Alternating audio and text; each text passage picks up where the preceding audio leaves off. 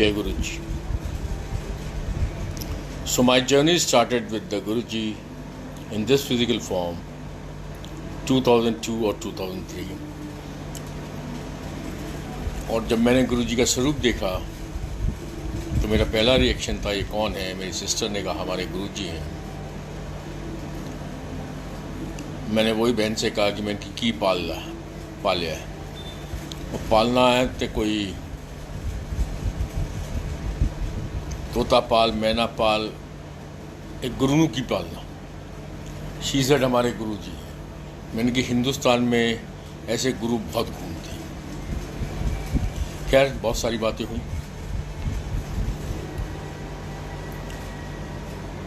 3 बार गुरुजी ने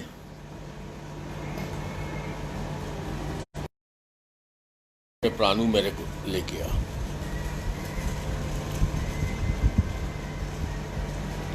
मेरी सिस्टर ने मुझे कहा गुरुजी बुला रहे हैं, तो मेरा रिएक्शन ये था मोरलेस, और जा तू जा अपने गुरुओं को, मैं कुछ नहीं करना। और कोई बहुत बड़ी बात नहीं है कि मैंने पता नहीं कितनी गालियां भी दे दी। 3 महीने के बाद फिर गुरुजी ने बुलाया। 3 महीने के बाद फिर गुरुजी ने बुलाया। फाइनली 5th of June 2004 गुरुजी ने सिंपल मेरी बहन से कहा, ले प्राणु कहने कोई लोड़ नहीं, तो खुद तो आप ही टुर के छेती मेरे को लाऊंगा। उन प्राणु कुछ भी कहने की लोड़ नहीं, और खुद तो आप ही टुर के छेती मेरे को लाऊंगा। That was 5th of June 2004. And on 10th of June 2004, while playing badminton, racket struck on my right eye and I lost eyesight of my right. सारे डॉक्टर्स, फर्स्ट एड आगरा,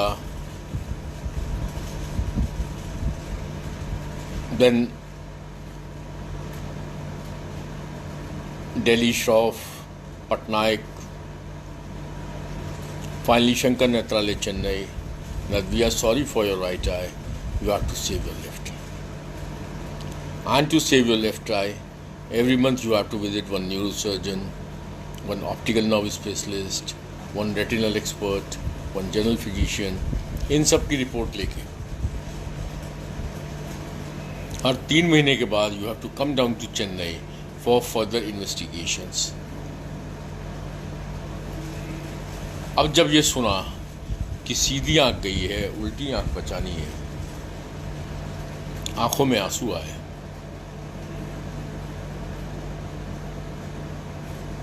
और तब गुरु याद आए, क्योंकि 2002 से लेकर 2004 तक गुरुजी अपने सत्संग मुझे सुनवा रहे थे। भले मैं सत्संग सुन के हंसता था, या लोगों को पागल करार दे देता था, या बेवकूफ़ बोल देता था अपने दिमाग के अंदर, उनके मुख पे तो नहीं बोलता था, कईयों से मैं आर्गूमेंट भी कर लेता था। और बहुत लोगों से मेरा आर्गूमेंट हो जाता था, बहुत संगत से। लेकिन गुरुजी सत्संग का प्याला मुझे पिलवा रहे थे। उनको पता था मेरे जीवन में क्या होने वाला। वही आज मैं बैठ के कई बार सोचता हूँ, जिस भगवान को, जिस गुरु को जब से मैंने होश संभाला, जब से थोड़ी बहुत समझ आई, उसको मैं गालियां देता रहा, आज उसने एक दरबार की सेवा मुझे बख्शी हुई है। वही कहते हैं ना कि शब्द कीर्तन में है कि पापियों को गुरु संत बना देते।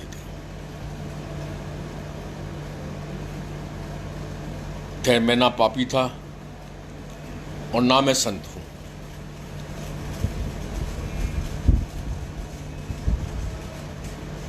फिर भी मैं एक बात कर रहा हूं कि शब्द कीर्तन में लिखा, पापियों को भी अगर गुरुओं की मौज आ जाए, उनको संत बना देते। 10-5 दिन के बाद, जैसे मेरी सिस्टर को लग रहा था कि मेरा भाई आएगा, 7 जुलाई को मैं पहुंचा गुरु के पास। आते गुरु जी के यहाँ माथा टेकेगा और गुरु जी उसकी आँख ठीक कर देंगे, ऐसा कुछ नहीं।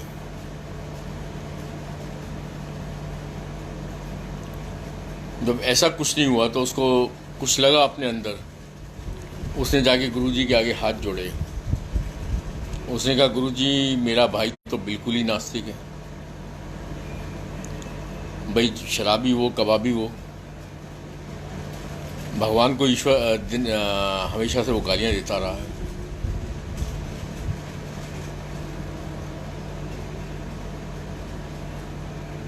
तो डेफिनेटली एक नास्तिक इंसान ही करेगा, भगवान को जो गालियाँ देगा। पता नहीं गुरुजी उसको ब्लेस करेंगे नहीं करेंगे, ऐसा कुछ मेरी बहन के दिल में होगा। तो वो गुरुजी के पास गई, गुरुजी मेरा भाई तो बिल्कुल ही नास्तिक है। तो गुरुजी का जवाब आया कि वो नास्तिक नहीं है। अब इसका मतलब भी गुरुजी जानते हैं, मैं तो जानता नहीं। भाई हम लोगों की डेफिनेशन के हिसाब से, अब जो मुझे समझ में आ रहा है वो मैं आपके संग शेयर कर रहा हूँ। हम लोगों की डेफिनेशन के हिसाब से जो भगवान को नहीं मानता वो एक नास्तिक आदमी है, और मेरा गुरु कहता है मेरे बारे में, जो कि भगवान को नहीं मानता था, कि वो नास्तिक नहीं है। तो संगत जी, कहने का मतलब बहुत सिंपल है कि जहाँ हमारी सोच खत्म होती है, हम लोगों की इंसानी डेफिनेशंस खत्म होती है, ईश्वर की सोच, ईश्वर की हमारे बारे में सोच, वो उसको पता, समझने की जरूरत भी नहीं। 15-20 दिन के बाद, as per doctors we are sorry for your right eye, you have to save your left eye. 15-20 दिन के बाद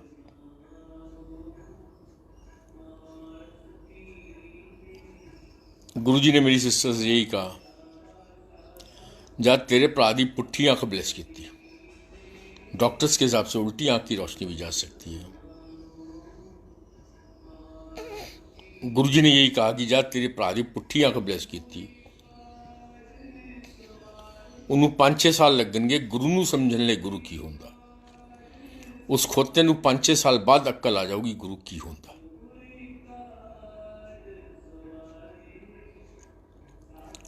So he made me understand what Guru is somewhere in year 2010, in the month of March, April, May 2010. 2010 में he blessed me with the faith. मेरे बस का बूता नहीं है, मैं ईश्वर के अंदर विश्वास पैदा कर, मेरे बस में नहीं है। He blessed me with the faith. 2004 में गुरु ने बोला 5-6 साल लग देंगे खोते नू गुरु नू समझन ले गुरु की होंदा। 2010 में जाके समझ में आया गुरु क्या होता। अब जो गुरु ने प्रैक्टिकली मुझे समझाया वो मैं आपके संग शेयर करना चाहता हूँ। कुछ बातें, छोटी छोटी बातें 2010 में समझ में आ गया कि ईश्वर है। 2010 में ये समझ में आया कि मेरे जीवन में ईश्वर गुरु के रूप में आया है। 2010 में ये समझ में आया कि हम ईश्वर या गुरु को समझ ही नहीं सकते हैं, तो समझने की ज़रूरत नहीं है। जैसे गुरु जी कहते सी सारी बातें गुरु जी ने कही हुई हैं, कोई nothing new I am going to say, it's only reminders, it's only satsang, only his guru का। रीज़न मीन की गीता में जो लिखा है शायद बहुत लोगों ने बहुत बार पढ़ी होगी, लेकिन गीता चेंज नहीं की जा सकती। सिमिलरली गुरु के सत्संग चेंज नहीं होते, वही सत्संग रहने हैं, वही अल्फाज रहने हैं, वही शब्द रहने हैं। तो 3 बातें मैंने आपके संग अभी शेयर की। Yes, there is a God and God has come in the form of guru in my life.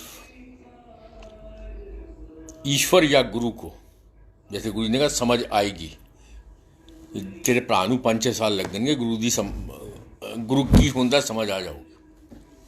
तो उसकी यही समझ आई सबसे पहली कि गुरु को नहीं समझ सकते, समझने की जरूरत भी नहीं। गुरु जी कहते सी वो जिथे जुत्ते ला के आंदे उत्थे अपना दिमाग छट गया। बिल्कुल ठीक बोलते थे, क्योंकि आप समझ ही नहीं सकते हो जिस चीज को आप समझ ही नहीं सकते हो। माता गुरु की लीला को नहीं समझ सकते, एक चीज़। दूसरी चीज़, संगत से मैं ये ज़रूर कहूँगा कि प्लीज़ अपना डायरेक्ट कनेक्शन गुरु के साथ जोड़ो। मैं कुछ नहीं हूँ। मुझे अगर आगरा दरबार की सेवा बख्शी है, ये उनकी बहुत बड़ी ब्लेसिंग्स है कि मुझे सेवा बख्शी।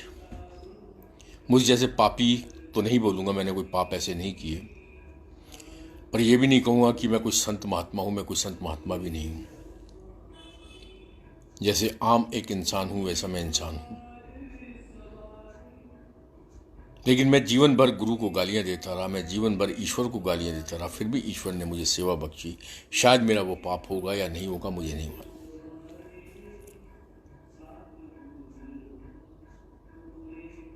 और उसी गुरु ने अपनी सेवा में मुझे लगाया, सत्संग की सेवा दी। मेरे से गुरु जी बात नहीं करते थे, मेरी तरफ देखते नहीं थे। पहली बार गुरु ने मुझसे बात की थी, गुरु जी ने 21 अक्टूबर 2006 को। I still remember that day. और जब जब मैं उस दिन को याद करता हूँ मेरे रोंगटे खड़े हो जाते हैं। 2.25 साल के बाद गुरु ने मुझसे पहली बार बात की थी। और उसके बाद कई बार गुरु जी ने कहा, ओए तू सत्संग करना, ओए जुआड़ी तू सत्संग करना। फिर मुझे बुला लेते थे। 1-2 वीडियोज़ में भी मैं हूँ, 1-2 पिक्चर्स में भी गुरु जी के जो खिंची है, मेरा चौकटा है। बुला लेते थे, कभी बैठा लिया कि ओए तू मेरा सत्संग करना है, तू सत्संग करना। मुझे समझ ही नहीं आता थी मैं की सत्संग करांगा। आज एक आंटी को कोई सत्संग करना है, बेचारी डरी हुई है, तो वही मैंने कहा डरने की कोई ज़रूरत नहीं, गुरु जी कराएंगे। जब मुझे गुरु जी ने बोला था 21 अक्टूबर 2006 के बाद, और तू सत्संग करना है, मुझे समझ ही आता कि सत्संग करना। मैंने कभी किया ही नहीं कुछ, तो मैं करांगा किस तरह। और तू सत्संग करना, कम से कम 21 अक्टूबर 2006 से जब तक शरीर नहीं छोड़ा था, गुरु जी ने 4-5 बार मुझे बोला होगा, और तू सत्संग करना, और तू सत्संग करना। गुरु की ब्लेसिंग से मैं सत्संग कर रहा हूँ। तो संगत जी, सबसे बड़ी बात है कि गुरु जी ने बोला समझ आएगी, आप गुरु को नहीं समझ सकते। समझने की जरूरत भी नहीं, क्योंकि आप साक्षात ईश्वर के पास बैठे। मैं इतना ही मैं रिक्वेस्ट करूंगा, please make direct connection with him. उनके और आपके बीच में कोई भी नहीं है, कोई भी नहीं, मतलब कोई भी नहीं। आज ये आगरा का दरबार है, बड़ा मंदिर है, छोटा मंदिर है, आप लोगों के घर में जहाँ सत्संग होते हैं,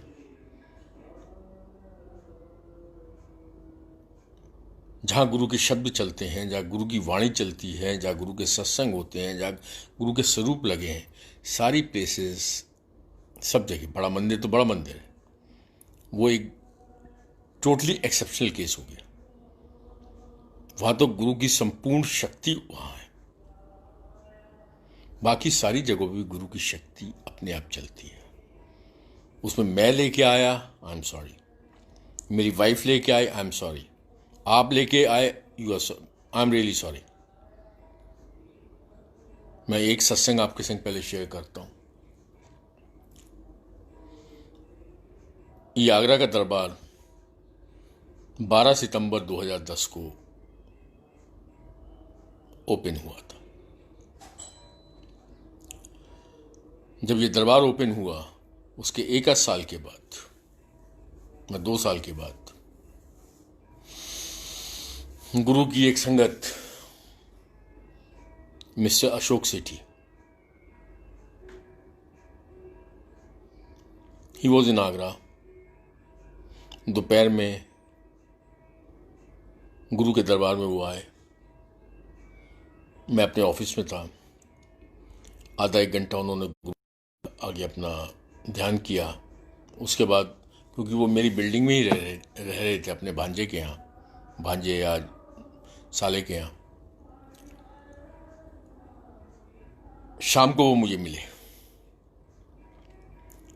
मिल के मुझे कहते हैं, हाँ भाई तू गुरु का दरबार बनाया है। मैंने कहा जी गुरु जी ने सेवा बख्शी। के अंदर वेरी गुड, बहुत बड़ा कल्याण हो गया। मैंने कहा yes I know. Then he said तू मैनू नहीं जानता। मैं कहनी अंकल मैं आपको नहीं जानता हूँ। कहते लै मैं तो तेरे गुरु नाल बैठे ही रहिंदा सीगा। मैंने कहा अंकल मैंने तो शायद कभी ध्यान नहीं दिया। कहते लै कमाल है, मेरे नाल ही बैठा रहता सी। मैंने कहा अंकल मैं इतना ध्यान तो नहीं दे पाता था, कौन बैठता, क्योंकि गुरुजी मुझे अपने सामने बिठाते नहीं थे, तो मैं क्या ध्यान दूंगा। कहते अच्छा ही कमाल है, तू कर तो जा रहा सी। मैं कहा जी 2004 तो भी बार बार रिपीट करे मैं गुरु के संग बैठता था। मैंने कहा मुझे पता नहीं अंकल। देन ही सेड अच्छा तू मैनू नहीं जानता। मैं कहा नहीं। कहते लै मेरा नाम है अशोक सेठी। मैं कहा जय गुरु जी अंकल। कहते मैं तो तेरा गुरु यार यार। मैंने भी अपने मन में सोचा मैंने गुरु तो सबके यार हैं। कहते फिर लै मैं well known VIP palmist of India.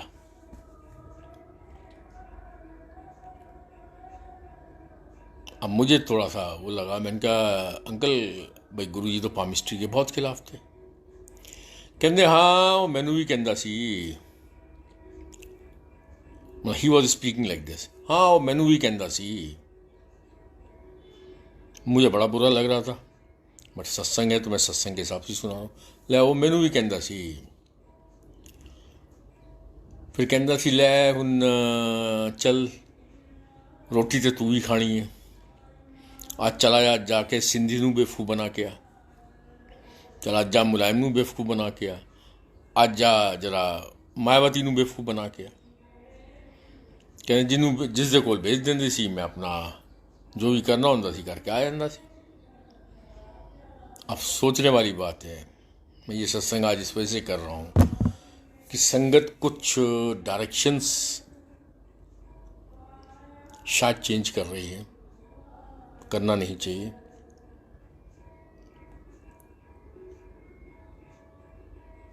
वही गुरु जी ने अंकल से बोला, ये सत्संग मैं 5 साल पहले भी करता था, 10 साल पहले भी, जब से मैंने सुना है मैं सत्संग बहुत बार किया हुआ है। लै आज जा तू भी तो रोटी खानी है, आज जा सिंधी नू बेवकूफ बना के, आज जा पहलवान नू बेवकूफ बना के, आज जा बहन जी नू बेवकूफ बना के। तो बी श्योर कि इस दुनिया के अंदर मैं गुरु की बात कर रहा हूँ, बेवकूफ बनाने वाले लोग भी ईश्वर की ही देन होती है। वो हमारी टेस्टिंग ग्राउंड्स होते हैं, वो हमारे टेस्ट होते हैं। कहने मैं जानता सीगा अपना। फिर उन्होंने एक सत्संग सुनाया कि उनका एक दोस्त था DIG, जिसकी 15 साल पहले शादी हो गई थी, कोई बच्चा नहीं हुआ था। वो इनके पास आया, अपनी पत्री बनवाई इसलिए कि कोई बच्चा अडॉप्ट करना है। इन्होंने उनकी पत्री बनाई, पत्री बना के उनसे कहते हैं कि भाई, उन्होंने देखो जी कि विद्या की कहती है। उन्होंने देखा तो भाई पत्री के हिसाब से कोई बच्चा भी आप अडॉप्ट नहीं कर सकते, मतलब आप बच्चा भी कोई अडॉप्ट नहीं करेंगे, पत्री ये बोल रही है। फिर बात ही बात में उन्होंने कहा कि चलो मेरा एक यार है, देख दे उसके कोल चल दे। वो की कहता मैं तो DIG पहुंचे निर्मल सिंह कोल, निर्मल सिंह जी बैठे हुए सी। अब मुझे गुस्सा आने लगा मनी मन। Initially I got irritated. उसके बाद मुझे बहुत जोर से गुस्सा आने लगा अपने मनी मन की, गुरु जी का नाम कैसे ले रहा, इस शख्स की इतनी हिम्मत कैसे हुई। बट ये सत्संग है तो मुझे सत्संग के हिसाब से सुनाना। तो ही सेड निर्मल सिंह जी बैठे हुए सी, मैं तो DIG पहुंचे निर्मल सिंह कोल ते आपां बैठे सी, चाह प्रसाद आ गई, समोसा प्रसाद खा लिया।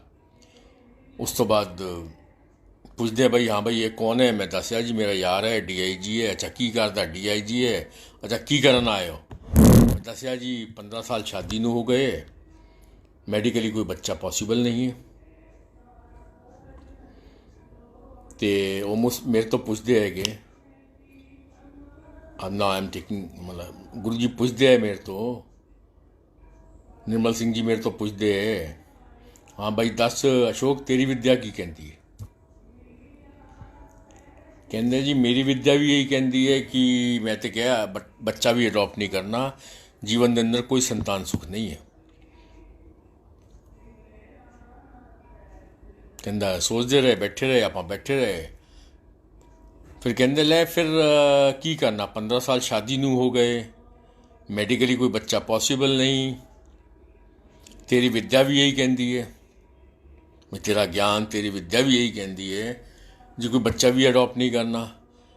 तो फिर ठीक है, जाओ ऐश करो, मजे करो। नहीं महाराज तुसी दसो की करना। कहते मैं की करना, 15 साल हो गए शादी नू, मेडिकली कोई बच्चा नहीं हो सकता। तेरी विद्या भी कह रही है कि भाई संतान सुख हैगा नहीं, मैं की कर। नहीं दसो महाराज तुसी दसो की करना चाहिए। कहते इस करके मैं तुहाडे कोल आया, दसो की करना। कहते फिर निर्मल सिंह जी बोले ਹੁਣ ਲੈ मेरे को आई गए हो, ले मैं मुंडा ब्लैस करता। हूँ जब आई गए हो तो फिर मैं मुंडा ब्लैस करता। सब ड्रामे गुरु जी कर रहे हैं। जब हूँ आई गए हो तो मैं मुंडा ब्लैस करता। कहता मैं तो DIG बाहर कार च बैठे, तो बाहर कार च DIG पूछता है कि केड़ा तेरा यार है जरा निक्कर ते टी-शर्ट पा के बैठा है। और कह जी मुंडा ब्लेस करता। कहता मेरे यार ने कहता मुंडा ब्लेस करता, तो मुंडा। अब जब अंकल ने मुझे ये बोला, अब मेरे अंदर पहले तो इरिटेशन, उसके बाद गुस्सा, अब उसके बाद क्यूरियोसिटी। वही मैंने अंकल से पूछा, मैंने कि अंकल फिर क्या हुआ। अब वो जो अंकल के ऊपर मुझे गुस्सा आ रहा था, वो अंकल मेरे ऊपर गुस्सा होकर बोले, कहता यार किस तरह का भक्त है तू गुरु दा अपने। जब तेरे गुरु ने कहता कि मुंडा ब्लैस करता तो मुंडा ही तो होना सी, कोई चूहे का बच्चा थोड़ा ना होना सीगा। The moment he said so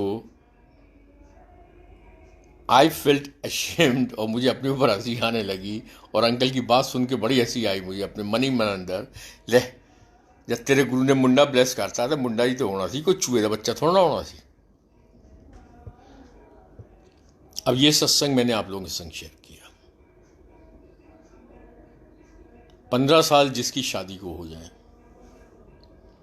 medically बच्चा पॉसिबल नहीं है, ज्ञानियों की विद्या बोल रही है कि आपके जीवन में संतान सुख नहीं है,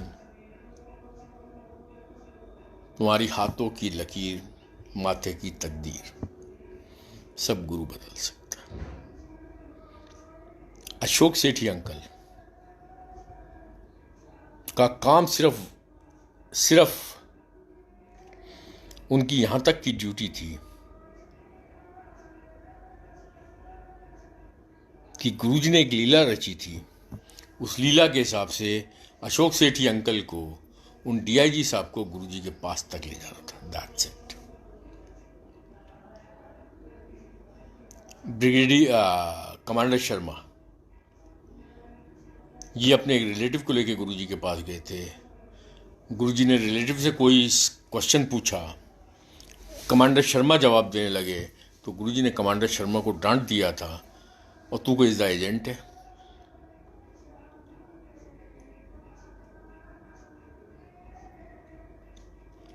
मतलब आप मेरे संग मेरा कोई रिलेटिव जाता है, with due respect to Guruji and with due respect to that relative, कोई क्वेश्चन वो पूछता है, वो बेचारा हिचकिचाता है गुरु के सामने बोलने से, तो मैं थोड़ा सा अगर बोल देता हूँ, मेरे ख्याल यही सब कुछ हुआ होगा कमांडर शर्मा के साथ।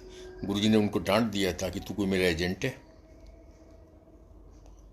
गुरुजी को इस टाइप की कोई भी बात कभी भी पसंद नहीं थी, और ईश्वर ने सिंपल बोला, गुरुजी ने सिंपल बोला हुआ है कि मेरी शक्ति सिर्फ मेरे पास है, वो शक्ति किसी के पास नहीं जाएगी। ईश्वर की शक्ति हम नहीं ले सकते, बस इंसानी शक्ति जो उन्होंने हमें दी है वही हमारे पास है, सबके पास। मेरे पास कोई स्पेशल नहीं है, आप लोगों के पास कोई स्पेशल नहीं, वो सबके पास है, जैसे जिसके करो।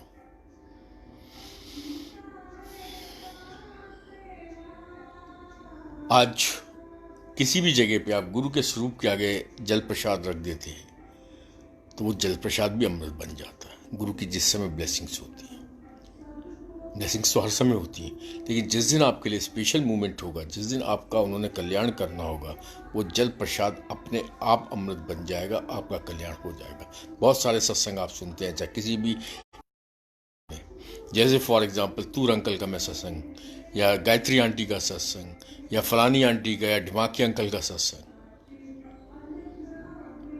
सब में यह टाइम आने पे गुरुजी ने सबका कल्याण किया, भटकाया है। कईयों को 5-5 साल भटकाया है।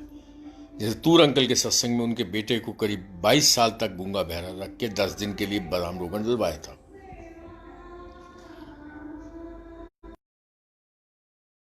गुरुजी मना करते सी गुरु नूं बार बार नहीं कहते, टाइमिंग्स हमेशा गुरु की होगी।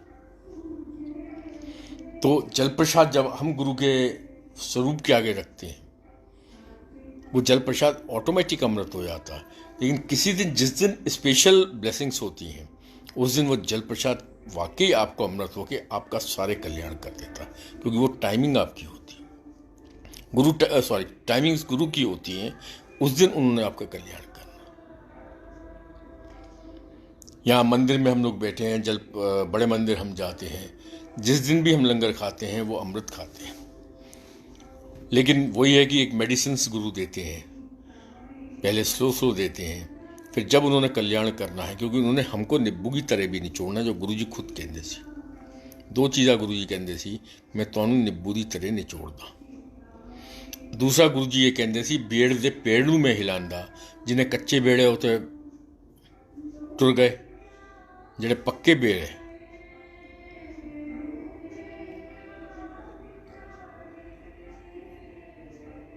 वो गुरु के पास रहते।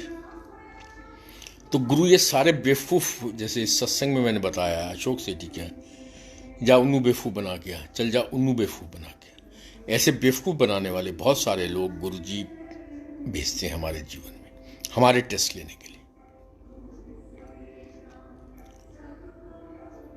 चौथी बात गुरुजी के अंदर डायरेक्ट कनेक्शन, और नाली वो हमारे टेस्ट लेने के लिए कि ये डायरेक्ट कनेक्शन करता या इधर उधर भटक रहा है। हर सत्संग के पीछे में से, सारे सत्संग का अगर आप कंक्लूजन निकालते हैं तो बहुत क्लियर है कि बहुत बेवकूफ़ बनाने वाले लोग पहले भी आए, आगे भी आएंगे, आते रहेंगे। वो गुरुजी की ही देन है, किसी और की देन नहीं है। ये हमारे टेस्ट हैं कि हम गुरु से डायरेक्ट कनेक्शन, या आप मुझसे जोड़ते हो। मैं कल को संत बन जाता हूँ बड़ा भारी, जैसे कई लोग मेरे पास आते हैं, अंकल सुना है आप किसी को 500 रुपये का नोट देते हो उसका बिजनेस चल जाता है।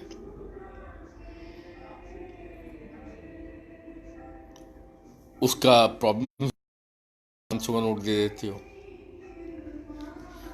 अब मुझे संत बनना हो तो मैं बड़ा भारी संत बन जाऊंगा।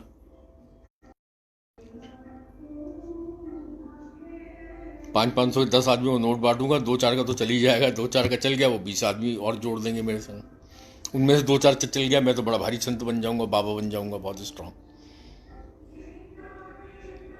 नो, इसमें कोई गुरु की शक्ति नहीं है।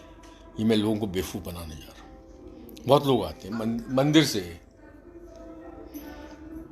मंदिर के अंदर आगरा दरबार में बड़े मंदिर से बहुत सारे लोग जल प्रसाद लेके जाते हैं, बहुत लोग ठीक होते हैं।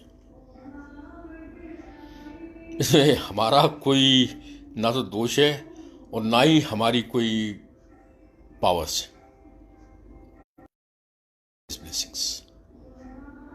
कब किसका टाइम आया, उस गुरुजी ने जल प्रसाद दिया, वो यहाँ से लेके गया, या अपने किसी भी सत्संग में उसने लंगर प्रसाद किया, किसी भी XYZ सत्संग में। क्योंकि एक छोटा सा मैं आपके संग और सत्संग शेयर कर रहा हूँ। I think last to last year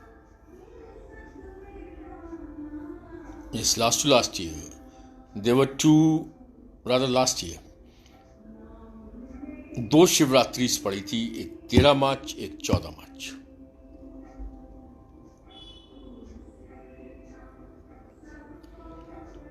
there were 2 शिवरात्रिज, एक 13 मार्च की, एक 14 मार्च की।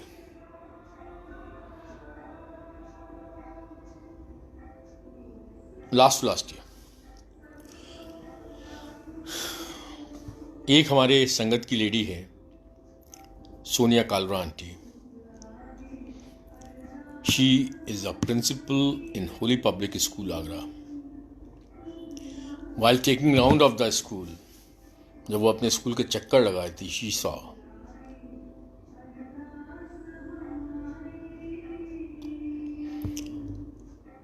कि कंप्यूटर डिपार्टमेंट के सामने से जब निकली तो वो देख रही हैं कि एक जो कंप्यूटर का टीचर है वो इस तरह से पकड़ के बैठा हुआ.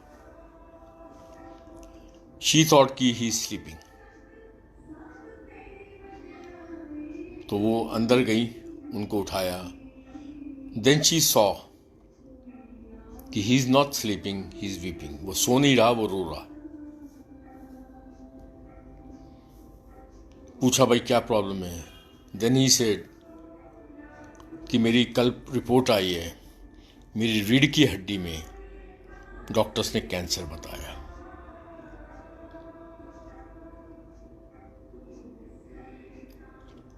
ये बात उनको पता चली करीब 5-6 मार्च के आसपास. तो उन्होंने कहा देखो हमारे गुरुजी हैं, 13 और 14 मार्च को महाशिवरात्रि है, जिसको गुरुजी ने ब्लेस करना हो.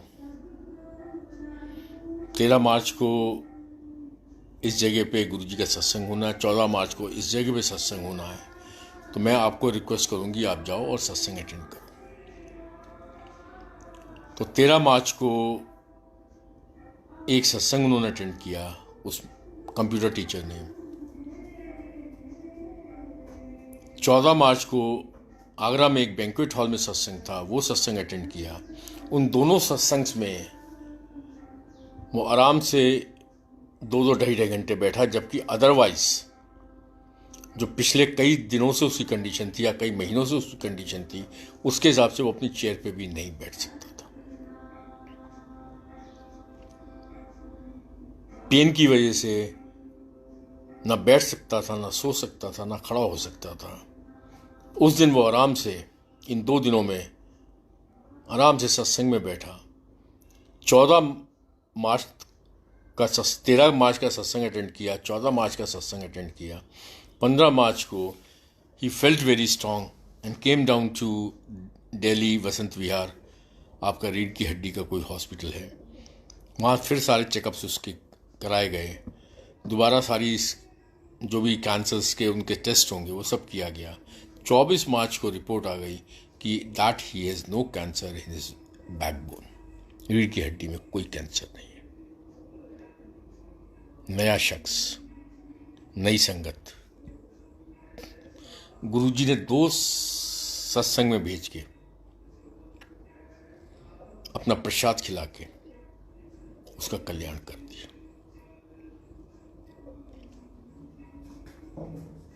अब इसका श्रेय सत्संग करवाने वाला ले सकता है क्या? नो, कोई रोल नहीं है. एक सत्संग मेरे घर में ही हुआ था, मेरा कोई रोल नहीं. उस खाने को, उस पदार्थ को प्रसाद गुरु ने बनाया था. So Sangat ji, please make direct connection with guru ji. सारी गुरु के सत्संग सुनो, गुरु के सत्संगों को समझो. कमांडर शर्मा का सत्संग किया कि तू कोई मेरा एजेंट है. मैं गल कर रहा है ना, हम जिस स्कूल के पढ़े हुए हैं, गुरु के जिस स्कूल से पढ़े हुए हैं, उस स्कूल के हिसाब से जो हमें गुरु ने पढ़ाई कराई है, गुरु और आपके बीच में कोई भी नहीं है. गुरु और आपके बीच में है सिर्फ और सिर्फ आपके कर्म. और जो गुरु आपको सुनवा रहा है वो सत्संग, जो गुरु आपको शब्द कीर्तन सुनवा रहा है वो गुरु शब्द कीर्तन सुनवा रहा है. किसी भी अंकल आंटी के सत्संग है, वो सारे सत्संग गुरु जी के हैं, वो किसी भी अंकल आंटी के नहीं हैं. सो आज के सत्संग में मैं सिंपल आपसे यही कहना चाहता हूँ, make direct connection with the गुरु जी. दिमाग लाने की कोई लोड़ नहीं. जिस समय आपकी टाइमिंग्स आएंगी, गुरु आपका कल्याण अपने आप करेंगे. 100% करेंगे, बी श्योर अबाउट दैट। अब मैं बात छोटी सी कर रहा हूँ, मेरे अंदर कोई शक्ति नहीं है। दिसंबर में गुरुजी ने मुझे दर्शन दिए।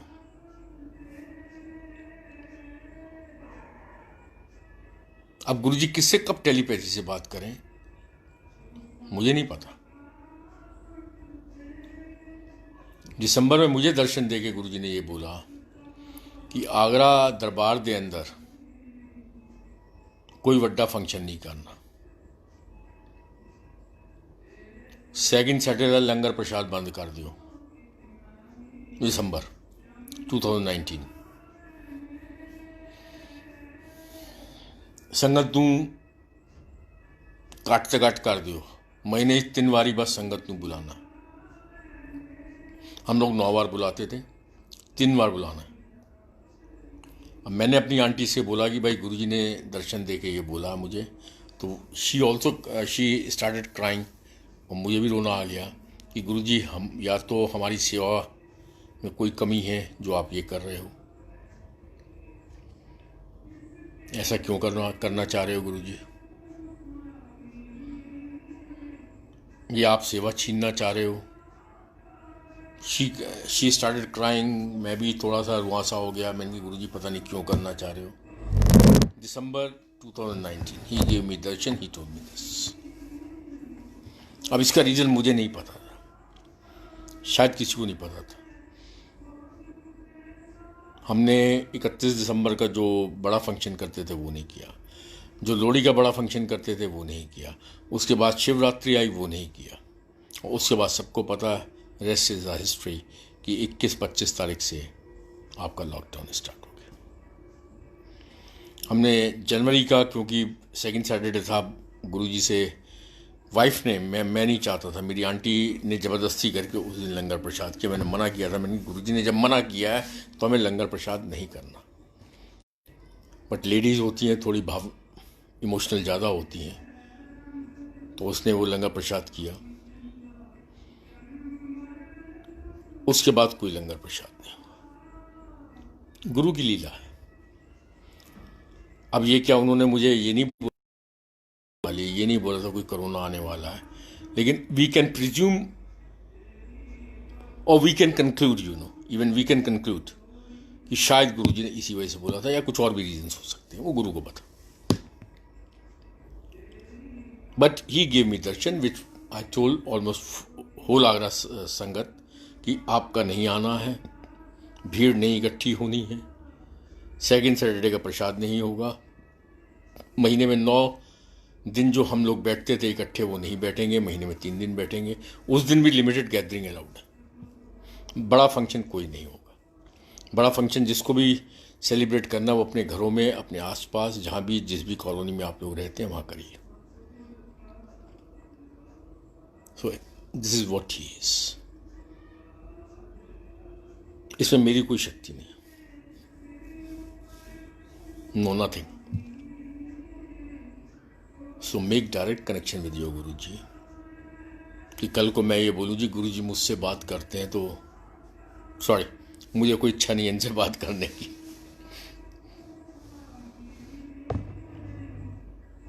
मेरी कोई बहुत बड़ी इच्छा नहीं है मैं गुरु से बात करूं। मैं उनकी गोदी में खेल रहा हूं, मुझे ये पता।